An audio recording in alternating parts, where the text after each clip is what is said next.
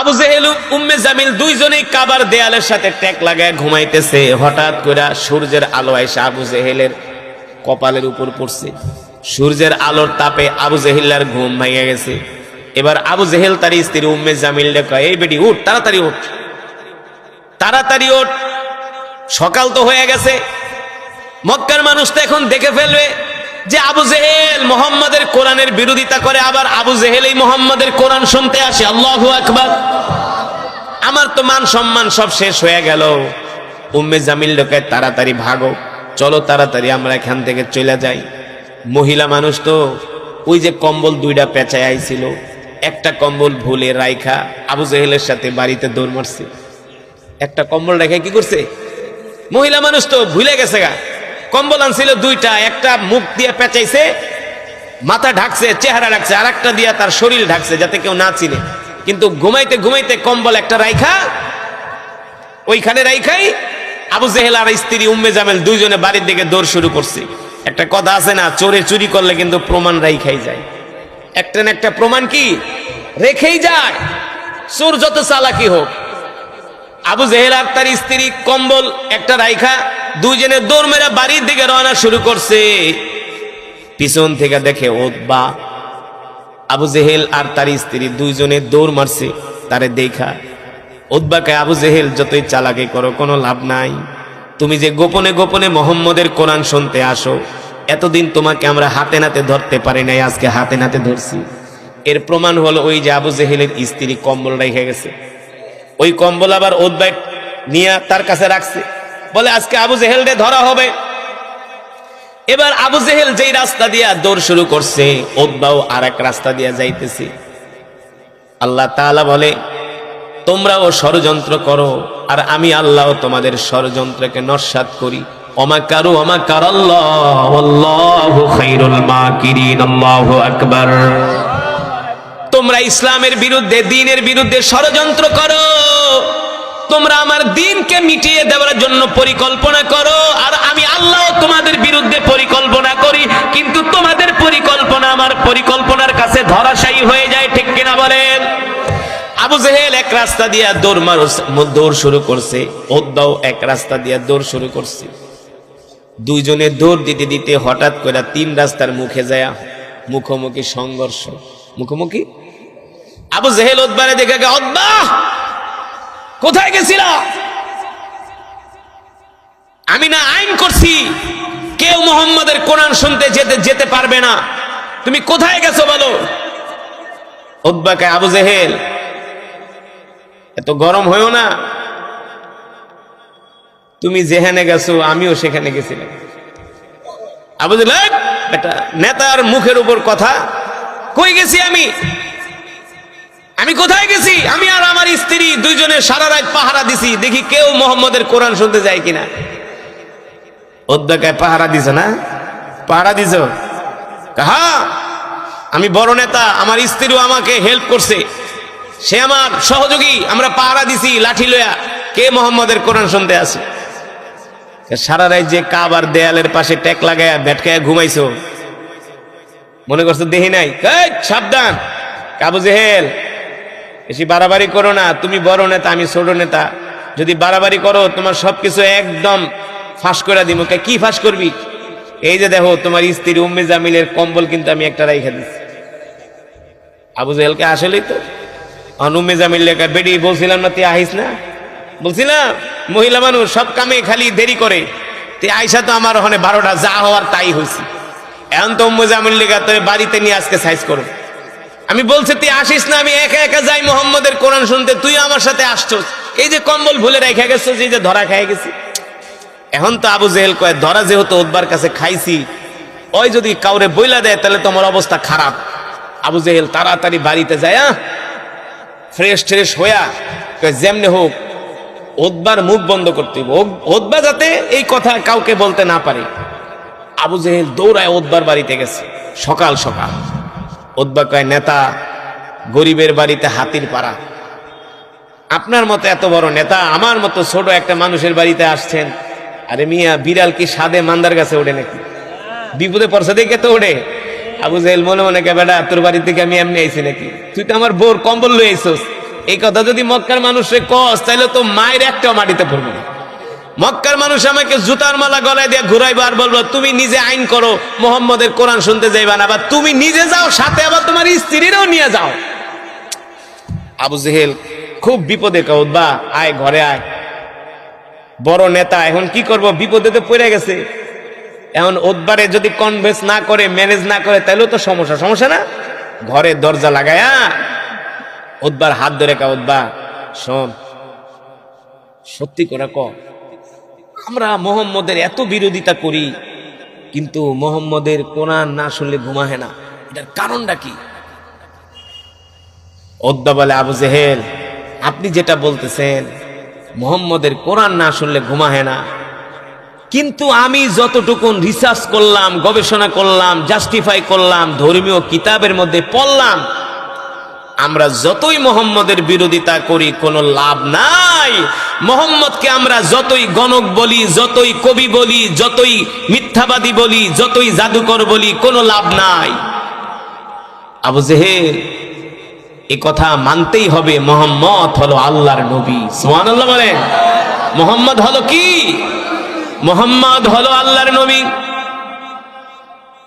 এবার আবু জেহেল বলে, উতবা মুহাম্মদের কোরআন তেলাওয়াত যে আমরা শুনতে গেছি এই কথা মক্কার কোনো মানুষকে বলবি না, যদি বলস উতবা তাহলে কিন্তু আবু জেহেলের মান সম্মান থাকবে না। উতবা বলে, আবু জেহেল আমি তোমার এই কথা কাউকে বলবো না, তবে আমার কয়েকদিন ধরে মনে হচ্ছে এই মক্কার জমিনে আমাদের নেতাগিরি থাকবে না, আর কিছুদিন পরে মুহাম্মদ মক্কার ক্ষমতা দখল করবে। জোরে বলেন আল্লাহু আকবার। মুহাম্মদের হাতে মক্কার ক্ষমতা চলে যাবে। সুবহানাল্লাহ বলেন। পরিস্থিতি মোটেও ভালো না। যতটুকুন অবজারভেশন করলাম, মুহাম্মদকে আমরা যতই কোণঠাসা করার চেষ্টা করি না কেন, মুহাম্মদকে আমরা যতই দমিয়ে রাখার চেষ্টা করি না কেন, মক্কার জনগণ কিন্তু মনে মনে মুহাম্মদকেই ভালোবাসে। যারা বলেন আল্লাহু আকবার। এই কারণে মুসলমান যুবক, আল্লাহর গোলামেরা, আল্লাহর বান্দারা, আল্লাহ নবী মক্কার জমিনে ইসলাম কায়েম করলেন, আল্লাহর দ্বীন বিজয় করলেন, অস্ত্র দিয়া না, শক্তি দিয়া না। আল্লাহর নবী মক্কার জমিনে ইসলাম কায়েম করেছেন, দ্বীন কায়েম করেছেন আল্লাহর কোরআন দিয়া, ঠিক কিনা বলেন? মক্কার জমিনে শান্তি প্রতিষ্ঠা করেছেন আল্লাহর কোরআন দিয়া, ঠিক কিনা বলেন? আমিল তুমি আমাকে ডিস্টার্ব করো না, তুমি ঘুমাও, আমি একটা ভালো কাজে যাচ্ছি। আবু জেহেলের স্ত্রী উম্মে জামিল বলে, আবু জেহেল এই রাত 3টা বাজে কোনো মানুষ ঘর থেকে সহজে বের হতে চায় না। একে তো প্রচন্ড শীত আর ঠান্ডা, 2টা কম্বল পেঁচায়া তুমি ঘর থেকে বের হচ্ছ, কারণ কি? আবু জেহেল বলে, কেন তোমার কাছে আমার কেন জবাব দিতে হবে? উম্মে জামিল বলে, কেন জবাব দিবা না? রাত 3টা বাজে 2টা কম্বল পেঁচায়া কোনো মানুষ এমনি এমনি ঘর থেকে বের হয় না, নিশ্চয়ই বড় কোনো কাজ আছে। আবু জেহেল বলে, অবশ্যই বড় কোনো কাজ আছে, এই কারণেই বের হচ্ছি। উম্মে জামিল বলে, তুমি কোন কাজের জন্য যাচ্ছ, কোন বিষয়ে যাচ্ছ, এটা আমাকে অবশ্যই বলতে হবে। আবু জেহেল বলে, উম্মে জামিল ডিস্টার্ব করো না, আমি এমন একটা কাজের জন্য যাচ্ছি, এই বিষয়টা আমি তোমাকে অবগত করতে পারবো না। উম্মে জামিল বলে, যদি তুমি আমাকে না বলো কোন কাজে যাচ্ছ, তাহলে আমিও তোমাকে ঘর থেকে বের হতে দিব না। আবু জেহেল পড়ছেনি বিপদে। স্ত্রী কয়ে, কই যাইতেছো রাত 3টা বাজে, আগে আমাকে বলো। আবু জেহেল কয়ে, এই বেটি আমাকে ডিস্টার্ব করিস না, বের হইতে দে, সময় শেষ হয়ে যাইতেছে। ওইদিকে আল্লাহর নবী রাত 3টা বাজে উঠে তাহাজ্জুদের মধ্যে কোরআন পড়ে, সেই কোরআন শোনার জন্য আবু জেহেল কাবার পাশে যাবে। সুবহানাল্লাহ বলেন। বর্তমানে আমরা যে বাইতুল্লাহ কাবা শরীফে যাই, কাবার চত্বরে যে জিয়ারত করি বাইতুল্লাহ, এই আল্লাহর ঘরের এক কোণে দাঁড়ায়া চোরের মতো আবু জেহেল কম্বল পেঁচায়া দাঁড়ায় আল্লাহর নবীর কোরআন শোনে রাত 3টা বাজে, শীতের ভিতরে। আবু জেহেলের স্ত্রী উম্মে জামিল, সে ছিল নেত্রী টাইপের মহিলা। কি টাইপের? আমাদের দেশে একদল আছে না নেত্রী টাইপের মহিলা, আগে তারা স্লোগান দেয়, পুরুষের চেয়েও বেশি পাওয়ার দেখায়, আছে না? তো উম্মে জামিল ছিল এই টাইপের মহিলা। আবু জেহেল পর্যন্ত ওরে ভয় পাইতো। আবু জেহেল তার স্ত্রীরা ভয় পাইতো। উম্মে জামিল খুব ডেয়ারিং মহিলা ছিল। বলে, আবু জেহেল তুমি কোথায় যাইবা বলতে হবে, নালে তোমাকে ঘর থেকে বের হতে দিব না। আবু জেহেল বলে, বেটি জ্বালা যন্ত্রণা করিস না, সময় শেষ হয়ে যাইতেছে। কারণ আল্লাহর নবী তো তাহাজ্জুদের মধ্যে মাত্র 1.5-2 ঘন্টা কোরআন পড়বে, তারপর তো কোরআন পড়া বন্ধ, ফজরে আজান দিয়ে দিব, তো সময় তো শেষ হয়ে যাইতেছে। উম্মে জামিল বলে, তোমাকে আমি যেতে দিব না, আগে বলো তুমি কোথায় যাবে। আবু জেহেল বলে, উম্মে জামিল আমাকে যেতে দাও, আমাকে ডিস্টার্ব করো না। উম্মে জামিল বলে, আবু জেহেল তোমার চরিত্র কিন্তু অত ভালো না। এই রাত্রবেলা তুমি ঘর থেকে বের হইতেছো, নিশ্চয় তোমার অন্য কোনো উদ্দেশ্য আছে। আবু জেহেল বলে, উম্মে জামিল তুমি আমার চরিত্রে কালিমা লেপন করো না, আমার চরিত্র ভালো না, আমি একটা ছেঁচড়া টাইপের মানুষ, এটা আমি নিজেও স্বীকার করি, কিন্তু এখন কিন্তু একটা ভালো কাজে যাইতেছি। তাফসীরের মধ্যে আসছে, আবু জেহেল বলে, উম্মে জামিল আমি কিন্তু এখন একটা ভালো কাজের জন্য যাচ্ছি। আবু জেহেলের স্ত্রী উম্মে জামিল বলে, কোন ভালো কাজের জন্য যাচ্ছ, এটা আমাকে তোমার বলতেই হবে। আবু জেহেল বলে, স্ত্রী রে, ও প্রিয়তমা স্ত্রী, আমি যেই কাজের জন্য যাচ্ছি এই কথা যদি আমি তোমাকে বলি, আর তুমি যদি মক্কার কোন মানুষকে বলে দাও, তাহলে মক্কার জমিনে আবু জেহেলের নেতাগিরি থাকবে না। আবু জেহেলের নেতাগিরি থাকবে না। কারণ এই আবু জেহেল দিনের বেলা আল্লাহর নবীর বিরোধিতা করে, কোরআনের তেলাওয়াতের বিরোধিতা করে, ঠিক কিনা বলে? আবার রাত্রবেলায় আবু জেহেলরা পালায় পালায় আল্লাহর নবীর কোরআন শুনতে যায়, সুবহানাল্লাহ বলেন। দিনের আলোতে কোরআনের বিরোধিতা করে, আর রাত্র হলে আল্লাহর নবীর কণ্ঠে তারা কোরআন শুনতে যায়। আবু জেহেল বলে, স্ত্রী উম্মে জামিল তোমার কাছে আমি যদি বইলা দিই, এমনিই তো মহিলাদের কোনো কথা তাদের পেটের মধ্যে থাকে না, মহিলাদের কথা সহজে তারা কথা হজম করতে পারে না, বইলা দেয়, আবেগে বইলা দেয়। 2-4 জন বান্ধবী একসাথে বসলে একেবারে সব 2 যুগের যত কথা আছে 1 ঘন্টার ভিতর সব বইলা ফেলায়, ঠিক কিনা বলেন? এটা হলো মা বোনদের একটা স্বভাবজাত অভ্যাস। তারা আবেগী হয়ে থাকে বেশি, তাদের মন নরম। পুরুষের মতো মহিলাদের মন এত শক্ত না, তারা অল্পতেই তারা কষ্ট পায়, আবার একটু আদর করলেই তারা খুশি হয়ে যায়। মহিলা হলো এই টাইপের, তারা কথা হজম করতে পারে না। আবু জেহেল বলে, তোমাকে যদি আমি এখন বলি আমি রাত 3টা বাজে কোথায় যাচ্ছি, তুমি যদি দিনের বেলা কাউকে বইলা দাও, তাহলে কিন্তু আমার নেতাগিরি থাকবে না। উম্মে জামিল বলে, আবু জেহেল, আবু জেহেল আমি তোমার প্রিয়তমা স্ত্রী, আমি তোমার কোনো ক্ষতি করব না, তুমি বলো এই রাত 3টা বাজে কোথায় যাও। আবু জেহেল বলে, ভালো কাজে যাই। আসলেই তো ভালো কাজ, কোরআন শোনা ভালো কাজ না? এর চাইতে তো আর ভালো কাজ হইতে পারে না। কিন্তু আবু জেহেল তো কাফের, সে তো আর মুসলমান না। কিন্তু তারপর আবু জেহেল কোরআনের তেলাওয়াত না শুনলে তার ঘুম আসতো না। আবু জেহেলের কোরআন না শুনলে রাত্রে ঘুম আসতো না। আর আমাদের গরু খাওয়া মুসলমানের গান না শুনলে ঘুমায় না। হ্যাঁ, আবু লাহাবরা আল্লাহর নবীর কণ্ঠে কোরআন না শুনলে তারা ঘুমাইতে পারতো না। কোরআনের তেলাওয়াত ছিল তাদের জন্য ঘুমের মেডিসিন। এবার আবু জেহেল উম্মে জামিলকে বলে, উম্মে জামিল আমাকে যেতে দাও, আমি ভালো কাজে যাইতেছি। উম্মে জামিল বলে, আবু জেহেল আমি তোমার কোনো ক্ষতি করব না, আমার দ্বারা তোমার কোনো ক্ষতি হবে না। তুমি আমার সাথে 50 বছর ধরে সংসার করো, তুমি এখনো কি আমাকে চিনো নাই? আবু জেহেল বলে, উম্মে জামিল কিভাবে আমি আমার দুর্বলতা তোমার কাছে প্রকাশ করি? উম্মে জামিল বলে, স্বামী হে আমার, বলো বলো, আমি মক্কার কোনো মানুষকে বলবো না। আবু জেহেল উম্মে জামিলের দিকে তাকায় বলে, প্রিয়তমা শোনো, আমি দিনের আলোতে মোহাম্মদের বিরোধিতা করি, সূর্যের আলোতে মোহাম্মদের কোরআনের তেলাওয়াতের বিরোধিতা করি। আল্লাহি রব্বাল কাবা, ওই রবের কাবার কসম খায়া বলি, মোহাম্মদের কোরআন তেলাওয়াত না শুনলে আমি আবু জেহেল ঘুমাইতে পারি না। কারণ কাবা এমন একটা ঘর, এটা মুসলমানদের কাছে যেমন দামি, আবু জেহেলদের কাছেও ছিল দামি, জানেন না? আমরা তো বাইতুল্লাহ তোয়াফ করি পবিত্র হইয়া ইহরামের কাপড় বেঁধে, আর কাফেররা কিন্তু বাইতুল্লাহর ভিতরে ঢুইকা উলঙ্গ হইয়া তারা তোয়াফ করত আর বলতো আল্লাহ যা করছি মাফ করে দিও, তোমার ঘরকে ভালোবাসি। আল্লাহ বলে এই যে আমার কাছে মাফ চাইছে এই কারণে ওদেরকে আমি ধ্বংস করি নাই, নাহলে সাথে সাথে ধ্বংস করে দিতাম। ওরাও কিন্তু কাফেররা কাবা শরীফকে ভালোবাসতো, তারা জানে এই কাবা কার ঘর? জোরে বলেন কার ঘর? আল্লাহর ঘর।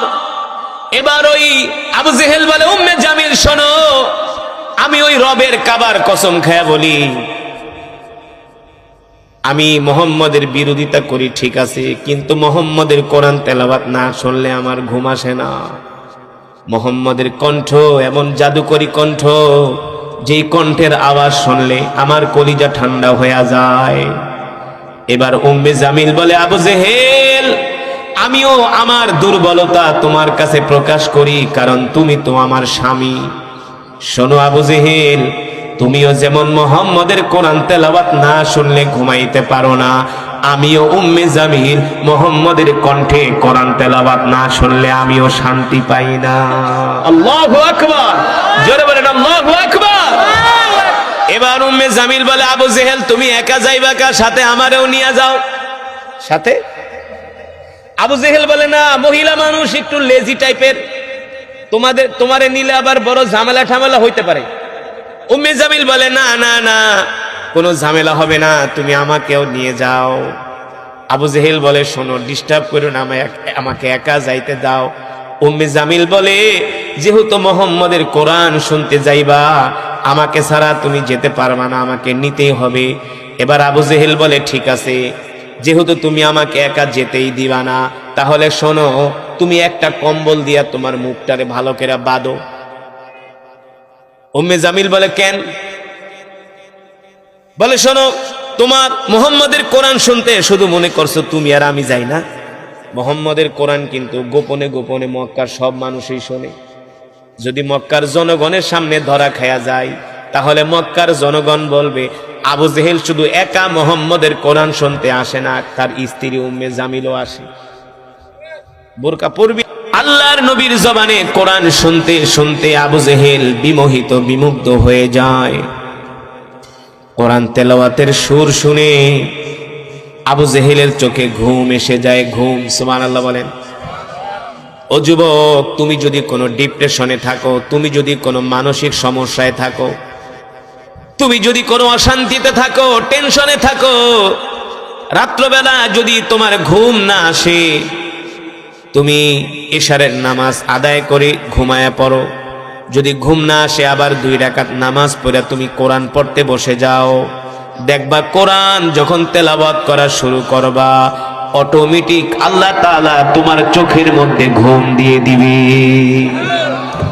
দেখবেন ঘরে থাকলে ঘুম আসে না, মসজিদে গেলেই ঘুম আসে। হ্যাঁ, দেখবেন ঘরে সারাদিন ঘুম আসে না, শুধু মসজিদে যায়া জুমার নামাজের প্রথম কাতারে 10টা মিনিট বসবেন, দেখবেন ঝিমানি শুরু করে দেয়। ঠিক কিনা বলেন?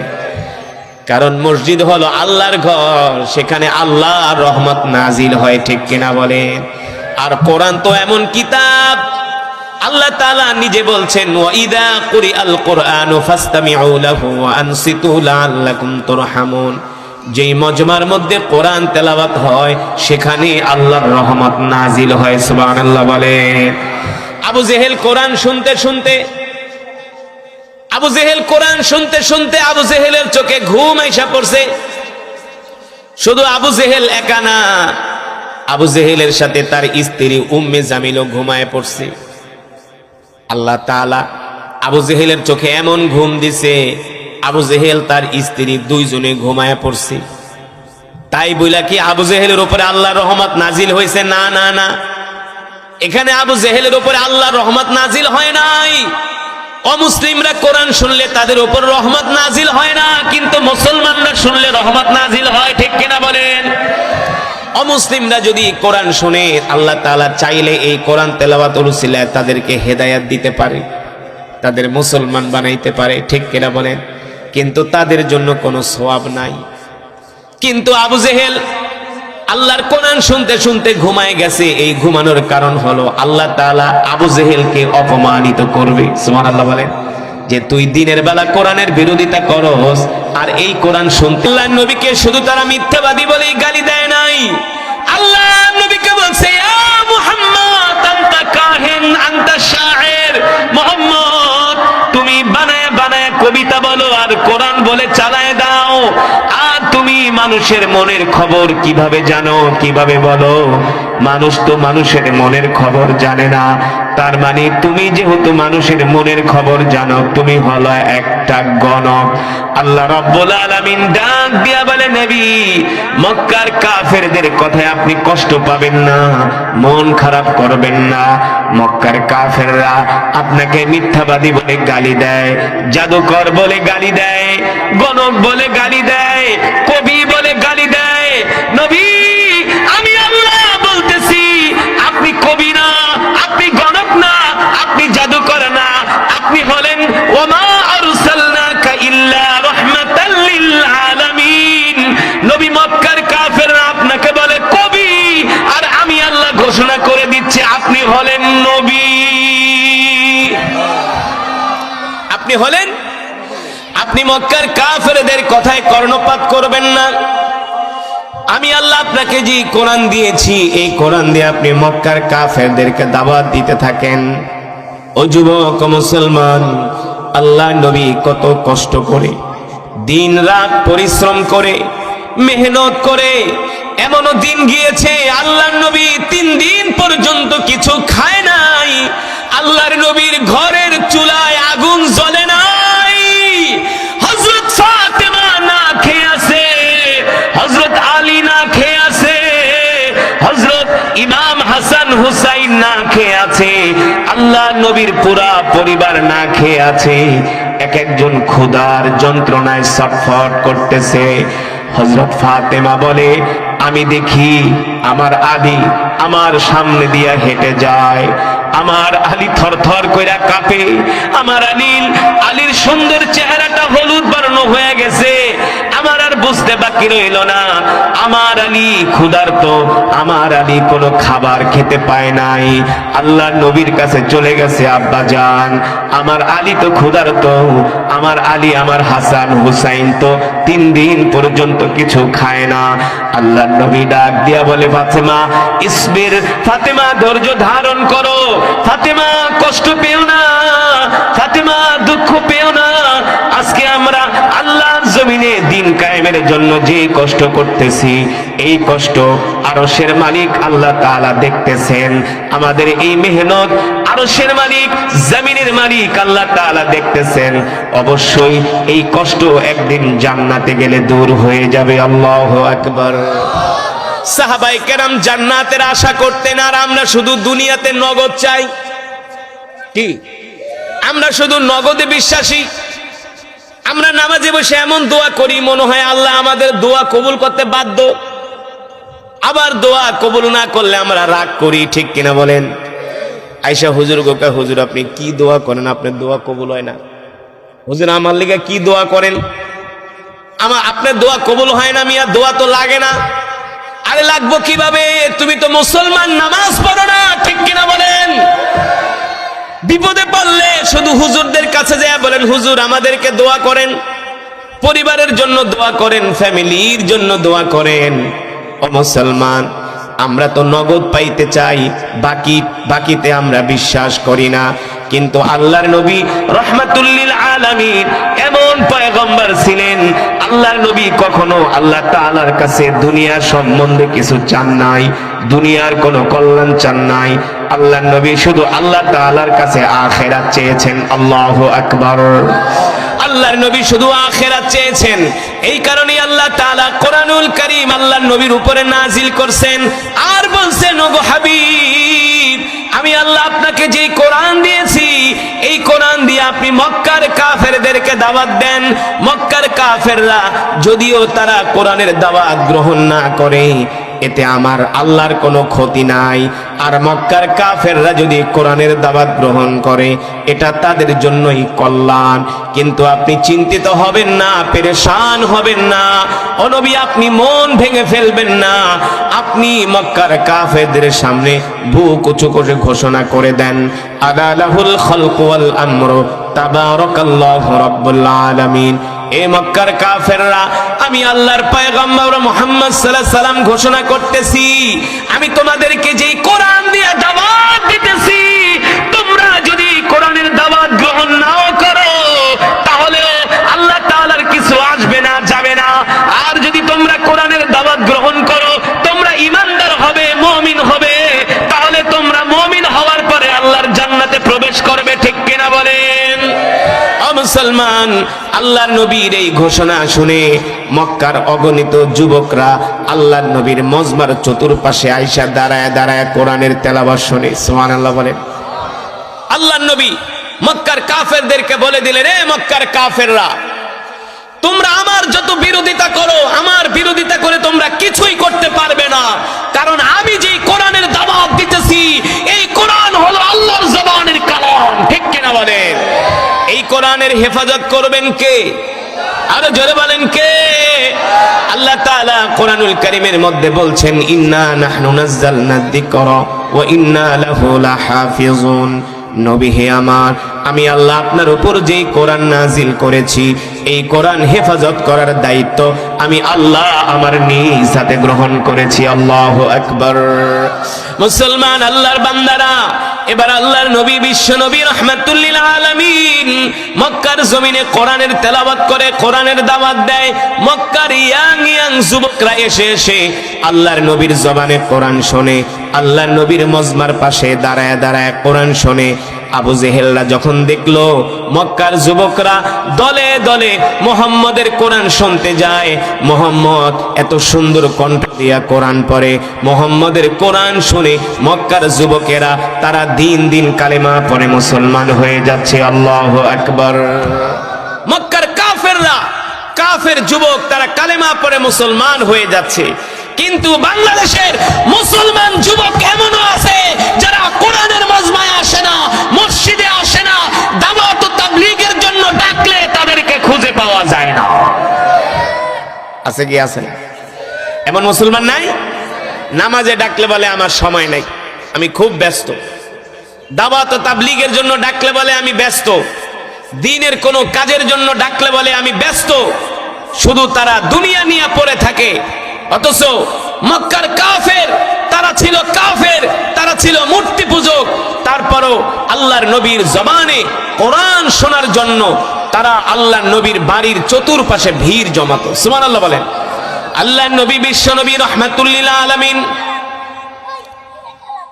সন্ধ্যার পরে, মাগরিবের পরে যখন কোরআনের বয়ান করতেন, মক্কার বড় বড় লিডারেরা আল্লাহর নবীর জবানে কোরআন শোনার জন্য আল্লাহর নবীর বাড়ির চতুর্পাশে ভিড় জমাতো।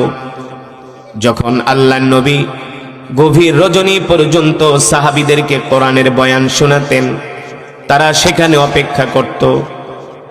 আবার যখন কোরআনের মজমা শেষ হয়ে যেত, তারা বাড়িতে চলে যেত। গোপনে গোপনে এসে এসে দূর থেকে তারা কোরআনের বয়ান শুনতো। আবার আল্লাহর নবী যখন তাহাজ্জুদের সময় কোরআন পড়ত, স্বয়ং আবু জেহেল একদিন রাত 3টা বাজে ঘুম থেকে উঠে গেছে আল্লাহর নবীর জবানে কোরআন শোনার জন্য। আবু জেহেল 3টা কম্বল পেঁচিয়ে ঘর থেকে বের হয়ে যাচ্ছে আল্লাহর নবীর জবানে কোরআন শোনার জন্য। আবু জেহেলের স্ত্রীর নাম ছিল উম্মে জামিল। উম্মে জামিল ডাক দিয়া বলে, ও আবু জেহেল, এই রাত গভীরে তুমি কোথায় যাচ্ছ? প্রচন্ড শীতের মধ্যে 3টা কম্বল পেঁচিয়ে তুমি ঘর থেকে বের হয়ে কোথায় যাচ্ছ? আবু জেহেল বলে, উম্মে জামিল, ভালো করে মুখ ঢাকো, কম্বল দিয়া মুখ পেঁচাও, শরীর টরিল ভালো করে পেঁচাও, যাতে করে তোমাকে কেউ দেখে চিনতে না পারে। উম্মে জামিল বলে, ঠিক আছে। এবার আবু জেহেল আর উম্মে জামিল দুইজনে কম্বল পেঁচায়া কুপি একটা হাতে নিয়ে রাত 3টা বাজে উখরুজ মিনাল বাইত ইলাল কাবা, সুবহানাল্লাহ বলেন, ঘর থেকে বের হয়ে গেছে কাবার দিকে যাওয়ার জন্য। এবার কাবায় পৌঁছানোর পরে দেখতেছে আল্লাহর নবী তার সুললিত কণ্ঠে কোরআনুল কারীমের তেলাওয়াত করতেছে। সুবহানাল্লাহ বলেন। কোরআন এমন এক কিতাব, যে কোরআনের তেলাওয়াত শুনলে পাথরের মতো হৃদয়টা মোমের মতো গলে যায়। কথা কোন? শান্তি লাগে কি লাগে না? যুবক রে, জীবনে কত গান শুনছো, কত গান আইলো আর গেল, কত লেটেস্টের গান পৃথিবীতে আসলো, ওই গানের মেয়াদ 3 মাস 6 মাস 1 বছরের বেশি থাকে না, ঠিক কিনা বলেন? কিন্তু যেই কোরআন আল্লাহ তাআলা 1450 বছর আগে বিশ্ব নবীর উপরে নাজিল করছি, এই কোরআন যতই তেলাওয়াত করি ততই মনে হয় এই কোরআনের সুর নতুন সুর, ঠিক কিনা বলেন? এই কোরআন যতই তেলাওয়াত হয় ততই মজার মজা। এই যে আমরা বাইতুল্লাহ শরীফে যাই, কাবায় যাই, যখন ফজরের সময় কাবার ইমামরা কোরআনের তেলাওয়াত করে, এক রাকাতে 2-3 পৃষ্ঠা তেলাওয়াত করে, মনে হয় কয়েক মিনিটে তেলাওয়াত শেষ হয়ে গেছে, ঠিক কিনা বলেন? এত মজা কোরআন তেলাওয়াতের মধ্যে, এত মজা। মানুষ এক গান 2-3 বার শুনতে চায় না, কিন্তু আমরা প্রতিদিন নামাজের মধ্যে সূরাতুল ফাতিহা তেলাওয়াত করি, তেলাওয়াত শুনি। কথা কন, কোন সূরা? কত সুন্দর করে ইমাম সাহেব পড়ে, আলহামদুলিল্লাহি রাব্বিল আলামিন আর রহমানির রহিম মালিকি ইয়াউমিদ্দিন ইয়্যাকা না'বুদু ওয়া ইয়্যাকা নাস্তাঈন ইহদিনাস সিরাতাল মুস্তাকিম সিরাতাল লাযীনা আন'আমতা আলাইহিম غير المغضوب عليهم ولا الضالين الله أكبر। এই সূরা ফাতিহা যতবার পড়ি ততই পড়তে মন চায়, ততই শুনতে মন চায়, ঠিক কিনা বলেন? অথচ এক গান, এক কবিতা 1 বার 2 বার 3 বার পড়লে আর শুনলে আর সেটা ভালো লাগে না। ভালো লাগে? সেটা ভালো লাগে না। কিন্তু এই কোরআন এমন এক কিতাব, এই কোরআনের তেলাওয়াত যতই শুনবেন ততই মজা লাগে। এই কোরআনের তেলাওয়াত শুনে কত কাফেররা মুসলমান হয়ে গেছে, এই কোরআনের তেলাওয়াত শুনে কত মুশরিকরা মুসলমান হয়ে গেছে, এই কোরআনের তেলাওয়াত শুনে কত খ্রিস্টানরা মুসলমান হয়ে গেছে, এই কোরআনের তেলাওয়াত শুনে কত বিধর্মীরা মুসলমান হয়ে গেছে। কেন মুসলমান হবে না? এই কোরআন হলো আল্লাহর জবানের কালাম। যখন এই কোরআনের তেলাওয়াত করা হয়, অর্থ বোঝে না, ব্যাখ্যা বোঝে না, বিশ্লেষণ বোঝে না, বাংলা অনুবাদটাও বোঝে না, তারপরেও কেমন যেন কোরআনের তেলাওয়াত শুনলে হৃদয়ের মধ্যে লেগে যায়, ঠিক কিনা বলে? লাগে কি লাগে না? ব্যাখ্যা বোঝে না, অর্থ বোঝে না, তারপরেও কোরআন শুনলে শুধু মজাই মজা। সুবহানাল্লাহ বলেন। 2017 সনে আমাকে মালয়েশিয়াতে একটা প্রোগ্রামে দাওয়াত দেয়া হয়েছিল। মালয়েশিয়ার স্বাধীনতা দিবসে, মালয়েশিয়ার স্বাধীনতা দিবসকে বলা হয় মারদেকা। মালয়েশিয়ার স্বাধীনতা দিবসকে বলা হয় কি? মারদেকা। ইংলিশে ইন্ডিপেন্ডেন্ট ডে।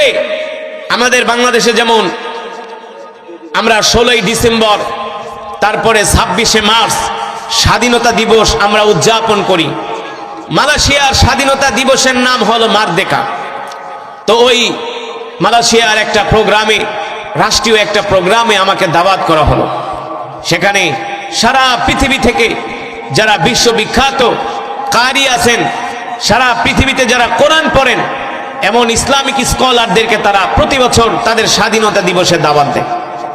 স্বাধীনতা দিবসে দাওয়াত দিয়ে সেখানে কারি সাহেবদেরকে দিয়ে তারা কোরআনুল কারীমের তেলাওয়াতের মাহফিল করে, তারা তাদের স্বাধীনতা দিবসে। আর আমরা বাঙালিরা তো সিঙ্গাপুর হয়ে গেছি, এই কারণে আমরা স্বাধীনতা দিবসে সারা রাত শুধু গান বাজাই, ঠিক কিনা বলেন? সারা রাত কি বাজায়? গান বাজায়, সারা রাত গান বাজায়, আর দিনের বেলা খিচুড়ি খায়। আর মালয়েশিয়াতে তারা তাদের স্বাধীনতা দিবসে ওই দিন তারা মালয়েশিয়ার ম্যাক্সিমাম মানুষ রোজা রাখে। কি রাখে? রোজা রাখে। আল্লাহ তাআলা শুকরিয়া আদায় করে যে তারা তাদের দেশকে স্বাধীন করতে পেরেছে। আর আমরা বাজাই গান, আর তারা সেই দিন রোজা রাখে। তো তাদের স্বাধীনতা দিবসের প্রোগ্রামে মালয়েশিয়ার একটা বিখ্যাত মসজিদ, মসজিদে জামে, সেই মসজিদে জামেকে আমাকে দাওয়াত করা হলো কোরআন তেলাওয়াত করার জন্য। তো বাদ আসর আমার তেলাওয়াতের শিডিউল ছিল, আমি বাদ আসর কোরআনুল কারীমের তেলাওয়াত করতেছি। আমার আজও পর্যন্ত এই দৃশ্যটা আমার চোখের সামনে ভেসে ওঠে। আসরের পরে আমি কোরআনুল কারীমের তেলাওয়াত করতেছি, তেলাওয়াত চলছে, তেলাওয়াত চলছে। একটু পরে তাকায় দেখি মসজিদের আশেপাশে অনেক চাইনিজ মেয়েরা, আমেরিকান, রাশিয়ান ছেলে মেয়ে, ওরা খ্রিস্টান, কেউ বুদ্ধিস্ট। আর বিধর্মীদেরকে দেখলেই তো বোঝা যায় ওদের পোশাক আশাকে। আমেরিকান, রাশিয়ান, চাইনিজ, ওরা ওই সব দেশের মেয়েরা কোন পোশাক পরে এটা তো আপনারা নিজেরাও জানেন। তো তারা সেই ড্রেস আপ পরেই মসজিদের বাহিরে শত শত ছেলে মেয়ে দাঁড়ায় আছে। অনেক অমুসলিম মেয়েরা মসজিদ কমিটিকে রিকোয়েস্ট করছে যে তোমাদের মসজিদে ঢোকার জন্য আমাদেরকে এন্ট্রি দাও, আমরা মসজিদে ঢুকি, ঢুকা তোমাদের ধর্মীয় যেই তেলাওয়াত হচ্ছে, ধর্মীয় গ্রন্থ, সেটা আমরা শুনি। কোরআন রিসাইটেশন যে তেলাওয়াত হচ্ছে, আমাদেরকে সেই তেলাওয়াত শোনার সুযোগ দাও। তো মালয়েশিয়ার প্রতিটা বিখ্যাত বিখ্যাত মসজিদ হলো দৃষ্টিনন্দন মসজিদ। অনেক ভিজিটর, পর্যটকরা তারা আসে সেই মসজিদগুলো ভিজিট করতে, দেখতে আসে। এত সুন্দর দৃষ্টিনন্দন কারুকার্য করা মসজিদ, এগুলো দেখতে আসে। তো মসজিদ কমিটি বলল যে আমরা যে তোমাদেরকে ঢুকতে দিব, ফরম দিছে ভিতরে ঢোকার জন্য। আর ছেলেদের জন্য মসজিদে লুঙ্গি থাকে, লুঙ্গি, ওই লুঙ্গি ওরা হাফ প্যান্টের উপর দিয়ে পরে, যাতে তাদের টাকনু হাঁটুটা ঢেকে থাকে। এইভাবে করে অনেক অমুসলিম ছেলে মেয়েরা মসজিদের আঙিনায়, মসজিদের বাউন্ডারিতে বসে বসে তারা কোরআন শুনছে। কিন্তু অনেক ছেলে মেয়েরা খ্রিস্টান, ইহুদি, বুদ্ধিস্ট, তারা ঢুকতে পারতেছে না মসজিদে। মসজিদ কমিটি বলে তোমাদেরকে যে ঢুকতে দিব, আমাদের ইউনিফর্ম শেষ। অসংখ্য অগণিত অমুসলিম ছেলে মেয়েরা মসজিদের বাহিরে দাঁড়ায় দাঁড়ায় কোরআন শুনতেছে। তো আমার যখন তেলাওয়াত শেষ হয়ে গেল, আমি একজন বাঙালি প্রবাসী, ওকে ডাক দিলাম, এদিকে আসো, এত অমুসলিম ছেলে মেয়েরা এখানে কি করছে? ওরা আমাদের মসজিদের বাউন্ডারিতে ঢুকছে, বাহিরে দাঁড়ায় আছে। বলে হুজুর, এই মালয়েশিয়াতে প্রতি বছর স্বাধীনতা দিবসে যে কোরআনের মাহফিল হয়, অনেক অমুসলিম ছেলে মেয়েরা মাইকের আওয়াজ শোনার পরে, কোরআন তেলাওয়াত শোনার পরে তারা দৌড়ায় দৌড়ায় আয়সা দাঁড়ায় দাঁড়ায় তারা কোরআন শোনে, দাঁড়ায় দাঁড়ায় তারা কোরআন শোনে। ওই যে আবু জেহেল, মনে আছে নাকি? তার স্ত্রী উম্মে জামিলকে নিয়ে কয়টা বাজে গেছে? রাত 3টা বাজে গিয়েছে আবু জেহেল তার স্ত্রী উম্মে জামিলকে নিয়ে। ইবনে মুগিরার মতো মুনাফিক, ওরা ছিল মক্কার সুপার পাওয়ার, ওরা ছিল মক্কার সুপার পাওয়ার। ওদেরকে দেখলে মক্কার মানুষ থর থর করে কাঁপত। কিন্তু আপনার আমার কলিজার টুকরা বিশ্ব নবী ছিলেন একা। যুবক, তুমি তো নামাজ পড়তে চাও না, তুমি দাড়ি রাখো না, তোমারে মোল্লা বলবো দেখা। হ্যাঁ, অনেক যুবক দাড়ি রাখে না, অনেক পুরুষ দাড়ি রাখে না, কেন মোল্লা কইব? বয়স তো অল্প, অনেক দাড়ি রাখলে তো আমার চাচা কয়ে ডাকবো, হ্যাঁ, নানা কয়ে ডাকবো। সুতরাং এত অল্প বয়সে চাচা নানা হইতে চাই না, দাড়ি রাখবার চাই না। আমি আগে পুরান ঢাকায় নবপুরে এক মসজিদে নামাজ পড়াইতাম। একটা ইয়াং ছেলে আইসা, হুজুর এলাকার তাবলিগ জামাত আইছে, আয়কা আমার দাড়ি রাখবার, এটা একটা কথা কইল কন? আমার কয় বছর আর বয়স হয়েছে?